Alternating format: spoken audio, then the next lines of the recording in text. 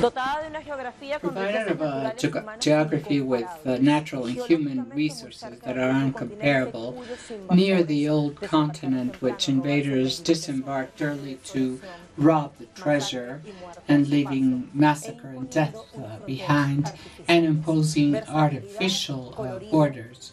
Versatility, colorfulness, a spiritual world with, according to Kapuscinska, Africa means thousands of worlds opposed. Somebody would talk about war and he will be right. Others will talk about peace and they will be right. And this master of the journalism said that colonization were in the hands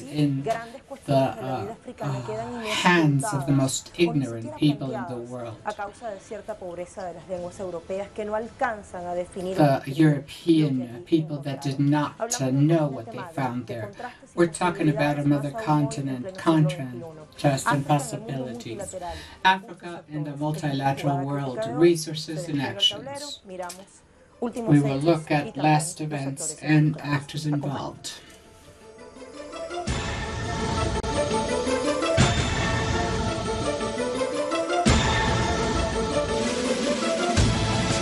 Los días 10 y 11 de febrero se On desarrolló en capital February 10 and 11 in Addis Ababa, Ethiopia, the General Summit of the Heads of State of the African Union took place. This organization was born in 2001 and is composed by all the countries of the region except Morocco because of the occupation and without the participation of the European colonizing countries that are still pillaging. That is Spain, France, and UK. Refugees and migrants in the continent, even if these groups didn't have any representation, they proposed to hold a conference next June to try to resolve the conflict in Libya and hold elections in October this year. The witness of the community bloc was received by Egypt by the hands of Rwanda. The African Union is full of geostrategic points, whether by its location or the amount of resources inside. We now list some of these at grosso modo, but some ideas to understand. Bab el-Mandeb Strait, 115 kilometers long, that from the Red Sea with Aden Gulf to the south. It separates the African Horn to the west from the Arabic Peninsula, the African Riviera belongs to Yemen. This is a strategic passage because, among other merchandise, more than 3 million oil barrels pass there per day. It is located on the eastern side of Africa, around the Gulf of Aden in front of the Arabian Republic. It has 2 million square kilometers and has 150 million people living there. It is a key point for Western powers because it's a commanded route by ships. One of the poorest areas of the world because of hunger and wars. The Sahel Strip or Sahel region is a co-climatic and biogeographic zone with the Sahara Desert. A key point of trans-Saharan commerce. It is between the Atlantic Ocean and the Red Sea. It covers north of Senegal, Mauritania, Mali, Burkina Faso, south of Algeria, north of Nigeria, Chad and Sudan, Eritrea, and part of Ethiopia. In the past, territory of rich monarchies that control the trans-Saharan commerce through the desert. The construction of a gas duct that would take natural gas from Nigeria, crossing by Niger and Algeria to the European coast. Chad Basin is an intra-cratonic sag basin in Central Africa, the largest drainage network of the continent, comprising 7 countries. It has no outlet to the sea. It has the Chad Lake. Among the countries, those that have high oil exploitation are many countries. Besides Niger, it's a third world exporter of uranium and fourth largest producer. Nevertheless, this is the poorest country of the world after Central Africa because corporations take all the money. They remain with the largest piece of the pie. We will deepen on this topic that is definitive for the African continent. We will now go to Sputnik, the Russian webpage, under the title 2019 puts to test democracy in Africa. Senegal, February 24th, on elections will take place in Algeria in April, and everybody says that President Abdelaziz will be candidate again after 20 years in power. Nobody dares to struggle against him. Nigeria, one of the region's economic power, will also have to renew the parliament and presidency.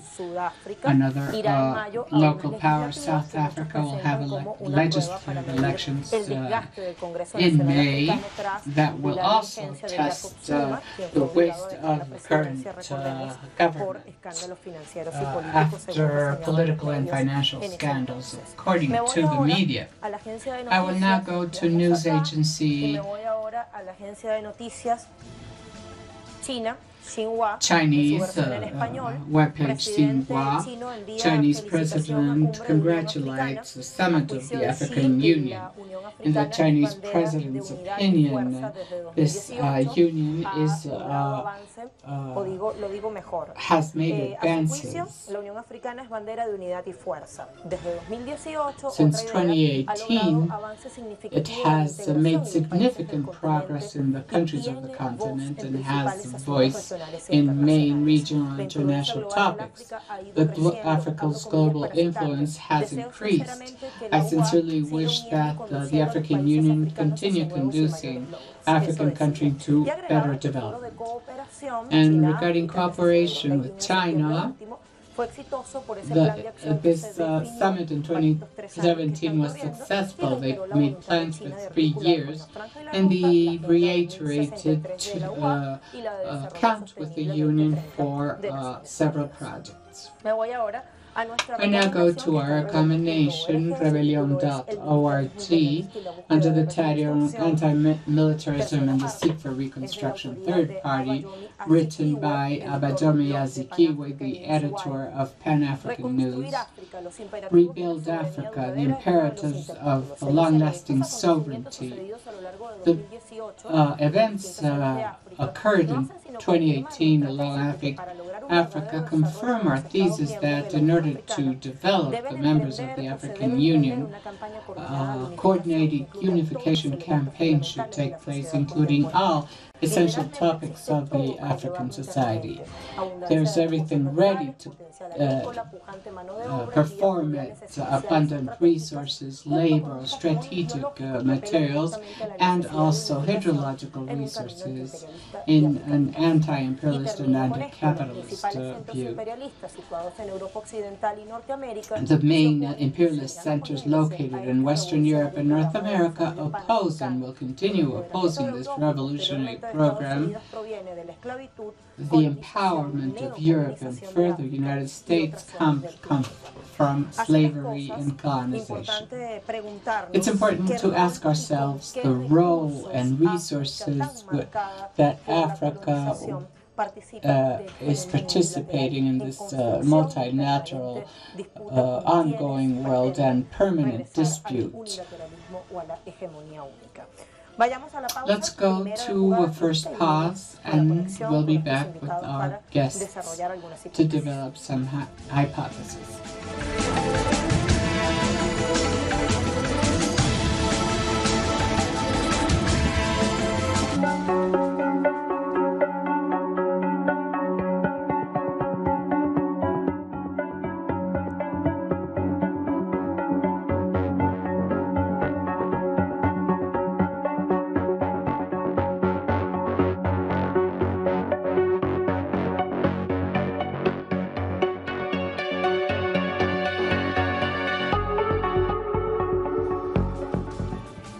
Estamos de vuelta. We África are en el back. mundo Africa multilateral. and the Recursos y multilateral actores. world, resources Volvamos a and Sputnik actors.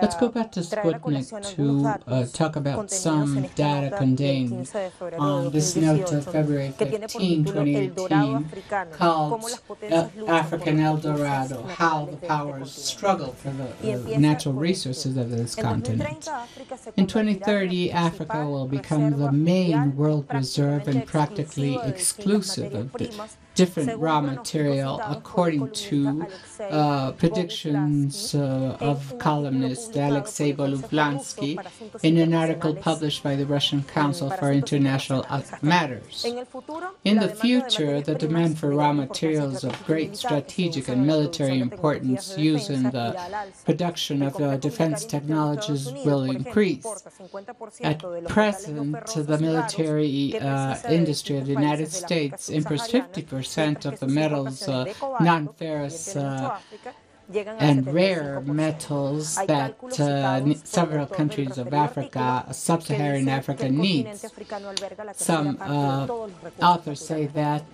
the third part of Además de esto, Africa la has herencia all the colonial y los natural resources intereses of the de world. esas antiguas Now, the metrópolis no interests terminan en of la those África de hoy, old pero también metropolises in una cantidad de today's Africa, variables que but se there desprenden de are ese pasado several intrascendente, variables no that siempre come from the comprendido, past no and the siempre bien present that is explicado not por always Occidente. well understood and explained by the West. In spite of that, after the First World War, African independent movements were relevant. It was after the Second World War that the great empires started decolonization processes. Some were peaceful, and others, like Algeria, were through wars. Many countries were subjected to unstable poverty conditions and were linked to Western powers or dependent from external aid. There are several factors that cross conflicts. The ethnical matter, creation of ethnical groups with historic conditions like the Tuareg in Mali, religious conditions that are instrumentalized by the West. The paradox of having many resources and being very poor is explained by extracontinental factors. For years, they provide these strategic resources that the world needs. This happens especially in Niger and Nigeria. The opposition and parties and military forces are always in contradiction. The same happens with Guinea-Bissau, where, as well as the Niger Delta, the proliferation of paramilitary and armed terrorist groups in the sub-Saharan region and military participation and coup have been constant in recent years, as happened in Niger in 2010 and Mali 2012. Next, I would like to present you with our analysts. Arcelia Flores has a degree in law, former secretary of the Commission of Foreign Affairs of Africa.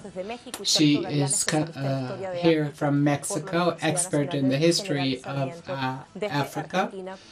And also from Argentina, a journalist also expert in Africa. Welcome. Talking about the summit we were talking about that was held on this month, 10th and 11th in Addis Ababa, is there institutional strength? Is there a unit voice in the multilateral world in construction or in dispute with that multilateralism or with certain even orthodox positions? Thank you, Lucia, for your invitation. I think that Africa is making efforts to have strong decisions inside the African Union. Of course, because of the colonial past of this continent, this is not so simple. Let's remember that one of the decisions or one of the things that happened in this summit was the replacement of the president which I think gives it another kind of vision, because while it is true the former president had certain achievements, the fact that a country that has been trying to leave a political, economic, and political crisis like Egypt now also has the responsibility of promoting collective continental actions in order to work on other topics like refugees and whatever has to do with conflicts, like the case of Libya, and try to resolve, at least in a balanced way, because this is a great challenge. For example, the Libyan conflict. I now connect with Sergio from Argentina. Arcelia is saying that Africa's strength is making efforts to have a voice in the multilateral world. But this condition of higher former European colonialist countries makes this process more difficult. What is your opinion? Hello. Thank you for your invitation. I see that there's a search, I don't know if this is unified, but a will of fracturing this Western tutelage, especially in the search of strategic materials. And I think that they could potentiate this voice, which I don't know if it's universal in Africa, but a voice different than what has traditionally happened between North and South. And I think that given the heavy colonial inheritance and the recent independence of most of the countries and their condition with the past, this is not something that will happen overnight. But I think there is increasing awareness of the limitations that the traditional links with the ancient metropolis generates for the African countries. The search for new allies, new markets, and especially the search for African solutions seems that is what we will see in the next years, especially in relation to refugees and domestic problems. Like our colleague just mentioned, the case of Libya is an example where before the crisis, with the first moments of protests after Gaddafi, and the solution of the African Union was sabotaged systematically by Western countries, which ended with the destruction not only of the regime of Gaddafi, with the destruction of Libya as a state. The weight of European presence has a very high cost for the solution inside Africa. I think that they should explore other ways of resolving conflicts. Sergio, we see that the African Union is participating in a cooperation forum with China.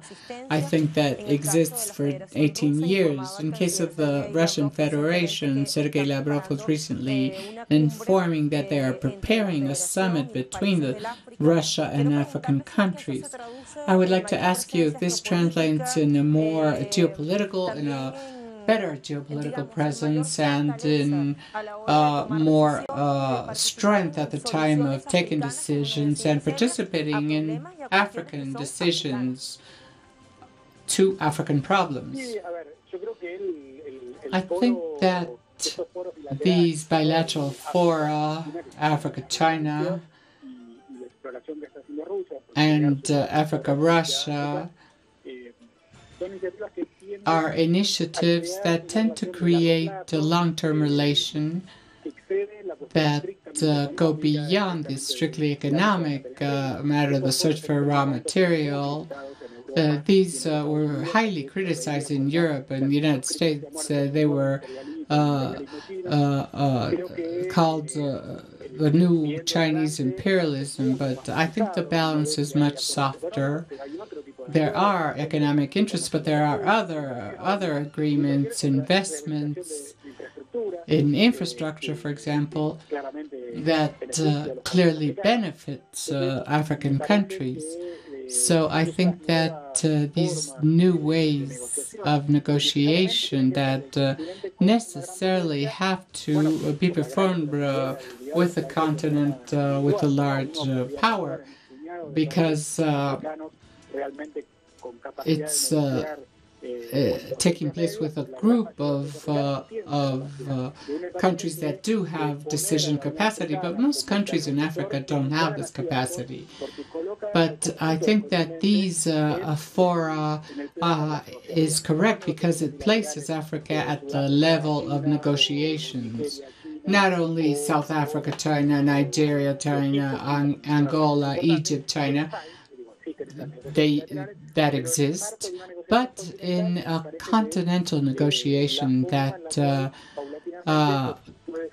gradually could make the African country leave the typical position in the world. Let's go back to Arcelia in Mexico, in the midst of the complexity and wealth that characterizes Africa, not only in material, but also many symbolic matters that are not well understood or explained by the West. How is the interaction of Africa with the West, considering the variables? Specifically, I am interested in underlying what the African Union has done for several decades, because let's remember that it is about to celebrate 2 decades of existence, and they are seeking for new strategic partners, and sometimes they don't understand the dynamics and history of the different metropolises. Don't understand African history. Sometimes we forget that colonialism has not only been a factor that decided the way how the West has relations with the countries. I think it's important to underline that in the case of Russia and China that were mentioned before, the role they have been playing is an old neocolonialism in Africa, where they have pretended to take out resources for their needs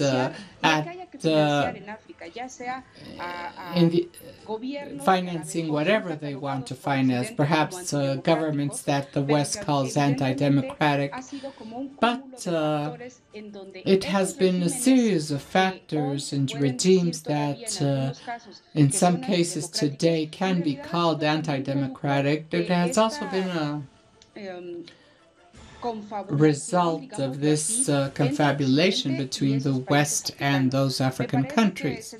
I think that we must also rescue that African history is not something simple, something that is easy to understand. Sergio will probably be able to mention it better as a historian. But I think that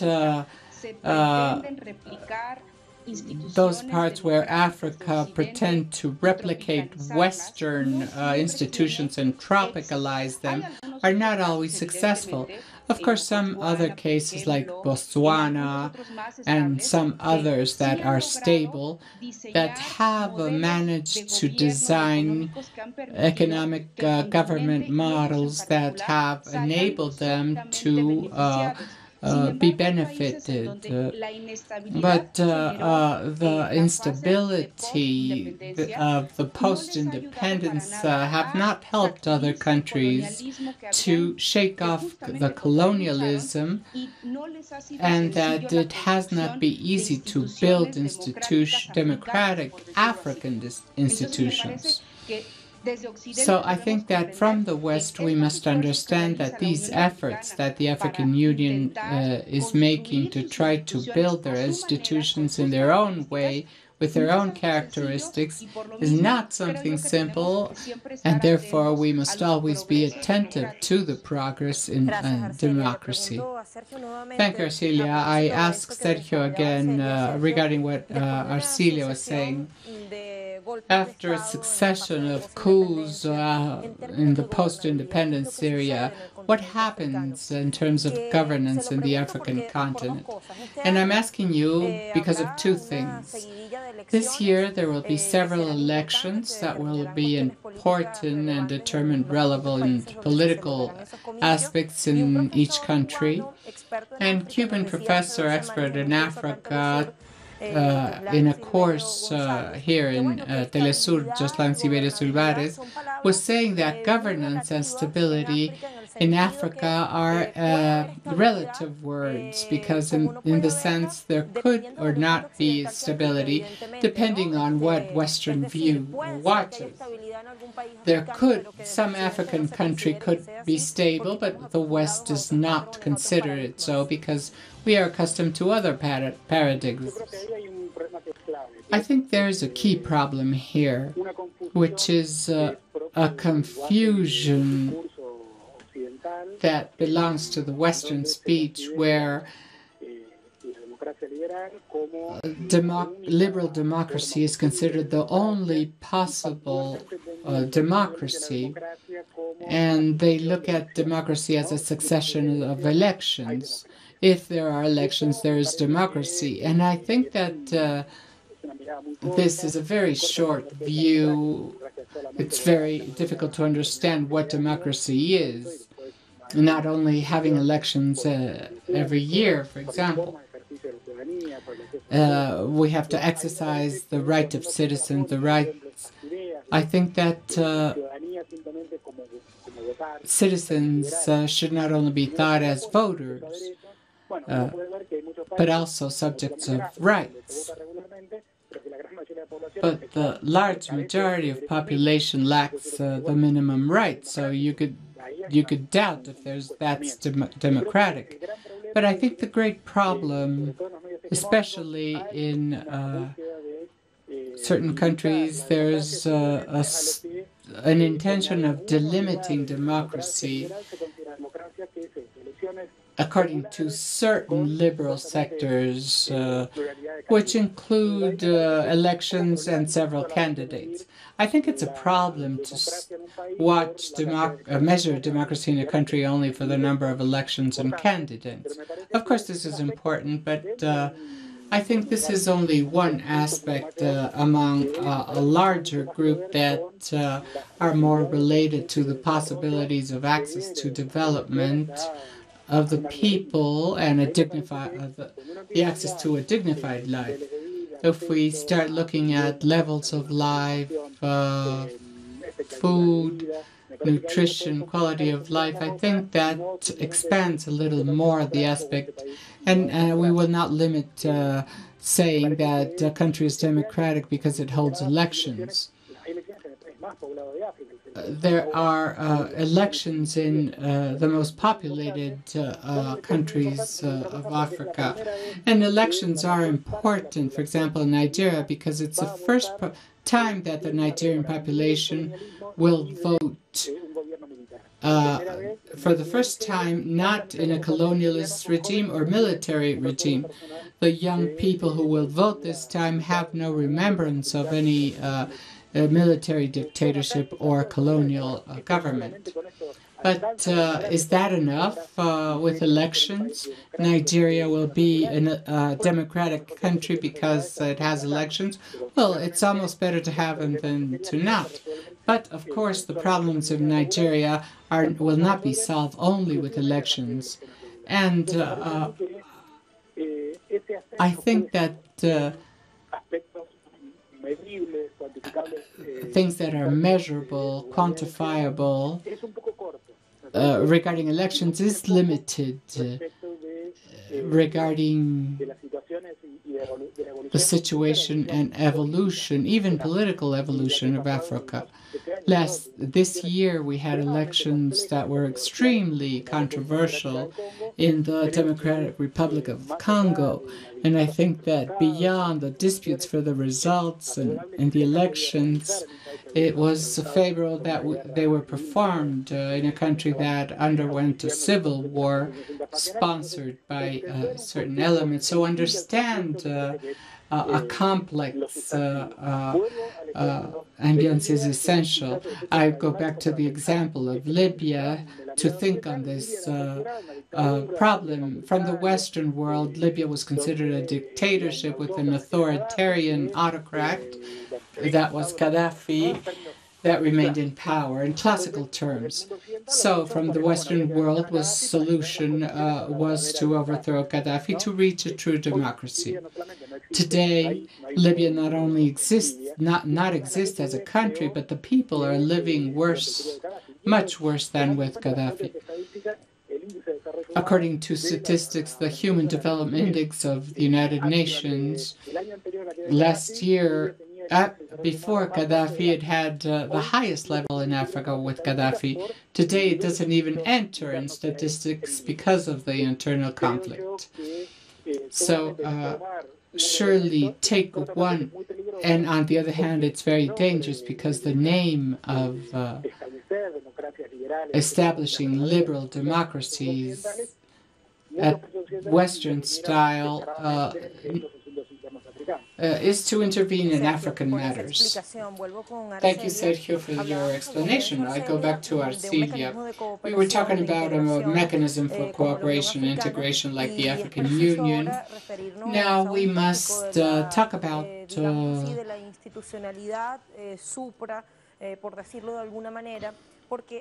the institutionality, because Africa, like Latin America, has debated in different fora the need to be able to exercise real power and veto power in the Security Council of the United Nations. Would that help the resolution of domestic problems?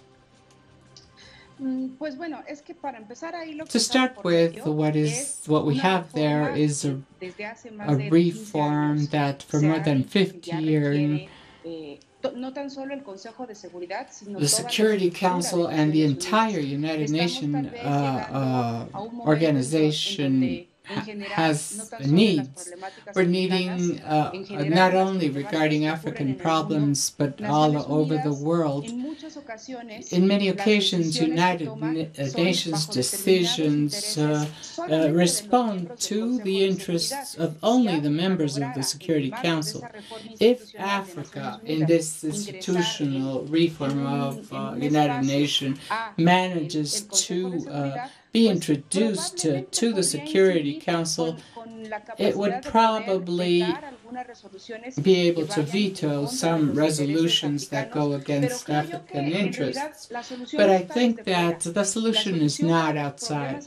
The solution for African problems is inside.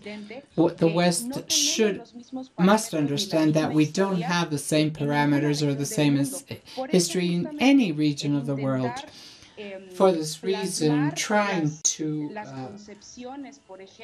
implement the concepts of Western democracy in Africa is something that is unthinkable, because the African history is completely different.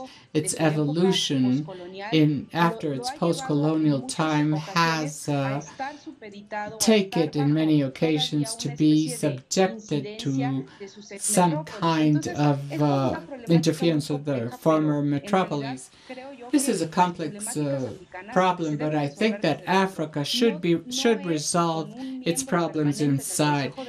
It's not with a permanent member in the Security Council that African problems will be resolved. On the contrary, to start with, I think that what country could have a better solid political, juridical, economic soundness?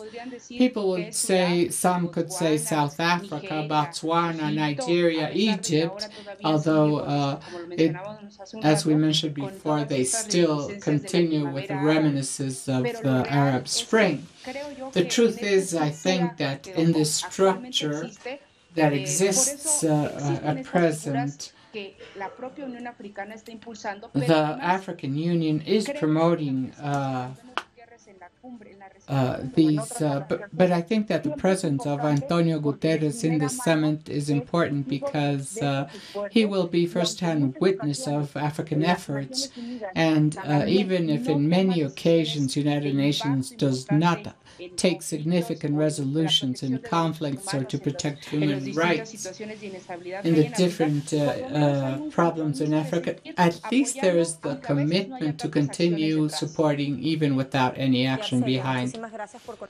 Thank you very much for connecting with us to our guest Sergio Narcelia. We thank them to talk about reality and substantial issues with all its complexity and diversity. It's important to progress to define the mosaic of actors that are involved in this continent and how they do it. What actors interrelate with Africa and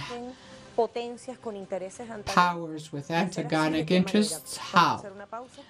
We'll make a pause and go back.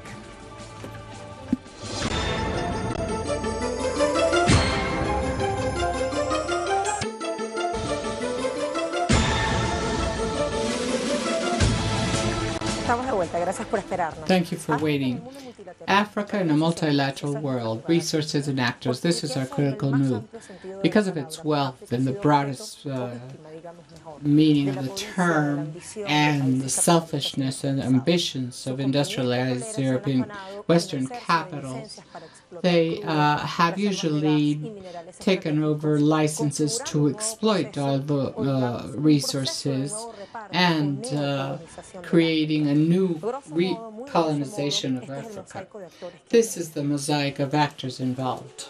France and UK and Norway have taken an alternative to the provision of the Northern Sea. The United States control the energy world, and Chinese companies have increased their power, a matter of concern for US and Europe. China and Africa participated last September in the Forum of Cooperation. Beijing committed to import more, open direct flights, build more infrastructure, and provide programs against piracy and terrorism. Russia transfers funds for the United Nations in its missions of Africa will hold its first summit this October. It also plans to open key spaces. For example, 2016, Japanese government sources asked for permission to expand their self-defense stations in Djibouti. We are thinking of renting nearby land, said a Japanese official to the media. This is located next to another base of the United States. This is the first Japanese base to help monitor the Gulf of Aden next to Somalia and the coast. Japanese forces have performed joint military exercises. They established a special command center in Bombansa under the justification of defending against terrorism with the support of Israel. In military terms and defense, both countries work together. There are antagonic interests. I would like to ask this topic to Halil Mohammed Abdelaziz, Director of the Sahrawi Communication Office in Spain. Thank you for being here in Critical Move. We have data on the different powers or countries that are interrelated to others of the African continent. I would like to ask you if the African country is the arena where different antagonic interests clash. Good afternoon. Thank you for your invitation. Greetings to Latin American viewers from this part of the world. Evidently, Africa is the seat of important international conflicts and interests. For a simple reason, natural resources. It has also been the continent that has been divided between colonial powers of Europe and later on, after the liberation movements and independence of the United States, those countries withdrew, but have maintained their influence in the continent and continue pillaging. As of these last years, we are looking at new blocs, especially between the four powers, economic powers in the world, which are China, the United States, European Union, and Russia on the other side. And this is because as Africa is the continent of the future because of human resources, geographic size, and natural resources. We have been looking at how the African continent has been seeking for alternatives to decide on its independence and try to negotiate in equal conditions with other countries, and especially with the consolidation of the African Union and the creation of new mechanisms. The first would be the creation of a common market zone, which would strengthen economic exchange between the members of the continent, which several countries have already authorized, 52 countries, and 18 have ratified this agreement. The other topic is address topics that affect African development. For example, a migration between different countries, the crisis of refugees that some states are undergoing, and for example, the Central African region and the situation in Western Sahara. Now, Chinese President Xi Jinping declared early September during the cooperation forum between China and Africa that they are based on the principle of offering more and taking less. This makes us think that there are antagonic interests and different ways of relating. Yes, after the summit with China, where China offered itself as a new economic partner and political partner of the continental organization, especially through a loan of more than $68 billion for investment. This created an alert in some countries that have had strong influence in the continent and has seen this as an invasion of China. For those countries, especially for the European part, France that commands the sub-Saharan Africa, on the other hand, UK, but also US interests that are feeling threatened. Besides presenting itself as an alternative ally to traditional allies in Africa, China is also protecting its interests, that is, expanding its interests in the world and take advantage of the African opportunities. In the case of Russia, and I ask you this because in 2019, the first summit is expected between Russia and Africa. This summit reaffirms the interest the international powers are having in Africa. Last year we saw important summits like with Japan, with China, and lately China. Of course, Russia wants to also doesn't want to stay behind, and we will see what it has to offer the African continent in the search for new allies. Russia has quite good relations with some key countries in the continent. South Africa and Russia are members of BRICS and also has good relations with Algeria and military relations with Egypt.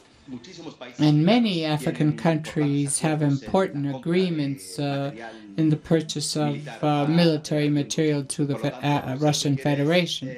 So what Russia does not only want to have relation with some countries, but to expand relations to the entire continent.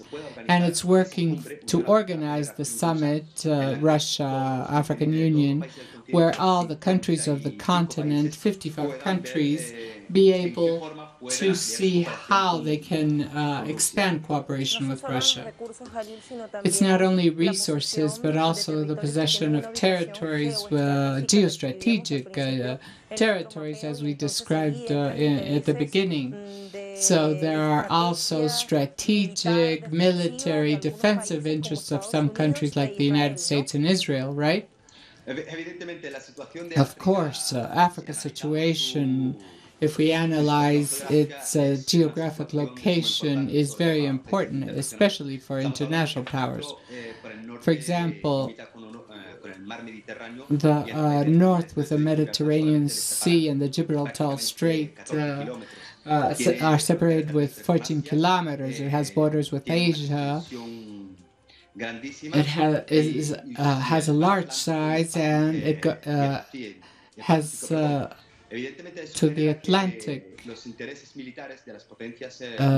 Ocean, and this makes the interest of world powers to see Africa as an important post, and they're struggling for that. For example, Israel is investing a lot in intelligence in some countries. The United States is strengthening its military bases.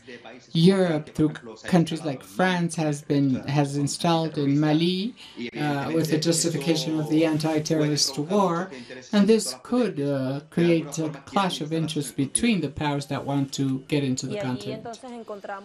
And then we find that terrorism and what the West calls ethnic religious conflicts that, of course, have nothing to do with each other are functional to their interests by saying Africa is a savage continent that does not reach agreements. Yes, this is the tag that they have tried to project from the West to justify their interventions. Of course,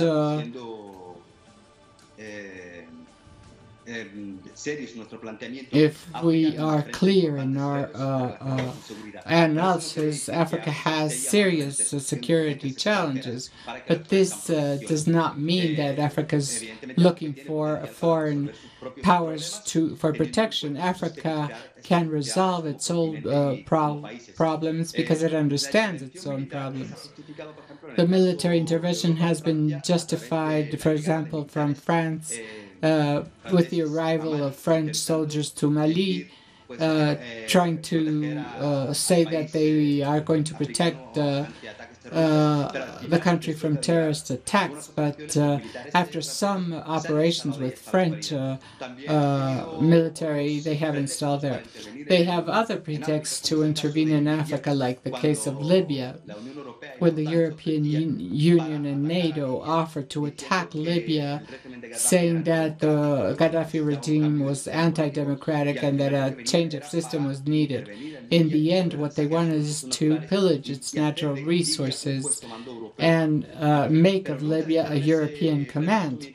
They never talked about this pretext, and Libya delivered large amounts of money to European presidents, for example, like Sarkozy, and financed his electoral campaign.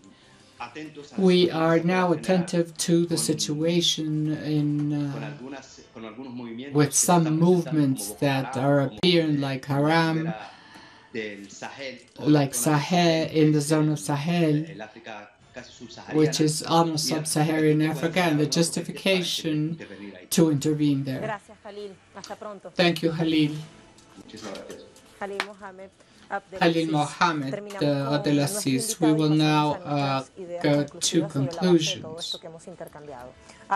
Africa, rich, complex, diverse, colorful, lightful, oil, gas, uranium, cobalt, and with strategic places for trade towards Africa and the Mediterranean European coast. They are striving to have a voice in the international forum through the African Union. Impositions and colonial actions make this task difficult.